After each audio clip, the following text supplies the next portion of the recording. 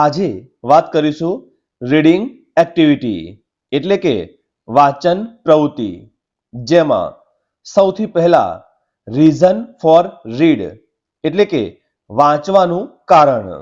સૌથી પહેલા reading four information મતલબ માહિતી માટે વાંચન. માહિતી મેળવવા અને જ્ઞાનમાં વૃદ્ધિ કરવાનો સૌથી અસરકારક માર્ગ વાંચન છે. આપણે વિશ્વની કોઈ પણ વસ્તુ વિશે માહિતી મેળવવા માટે ઇન્ટરનેટ પર વાંચીએ છીએ. ત્યાર પછી રીડિંગ ફોર ઇન્સ્ટ્રક્શન એટલે કે સૂચના માટે વાંચન. જ્યારે આપણે ફોર્મ ભરીએ છીએ ત્યારે કેવી રીતે જાણી શકીએ કે આપણે કઈ વિગતો લખવાની જરૂર છે તે માટે ફોર્મ પરની સૂચના મદદ કરે છે.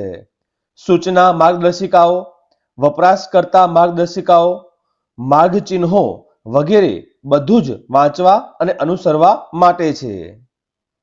અને ત્યાર પછી રીડિંગ ફોર એન્ટરટેનમેન્ટ મનોરંજન માટે વાંચન.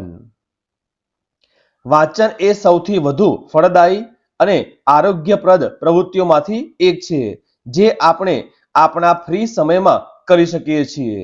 વાંચન દ્વારા આપણે ઘણા રસપ્રદ પાત્રો અને રમૂજી વાર્તાઓ શોધી શકીએ છીએ. અને અંતે બીકમ અ બેટર રીડર મતલબ વધુ સારા વાંચક બનો. કઈ રીતે?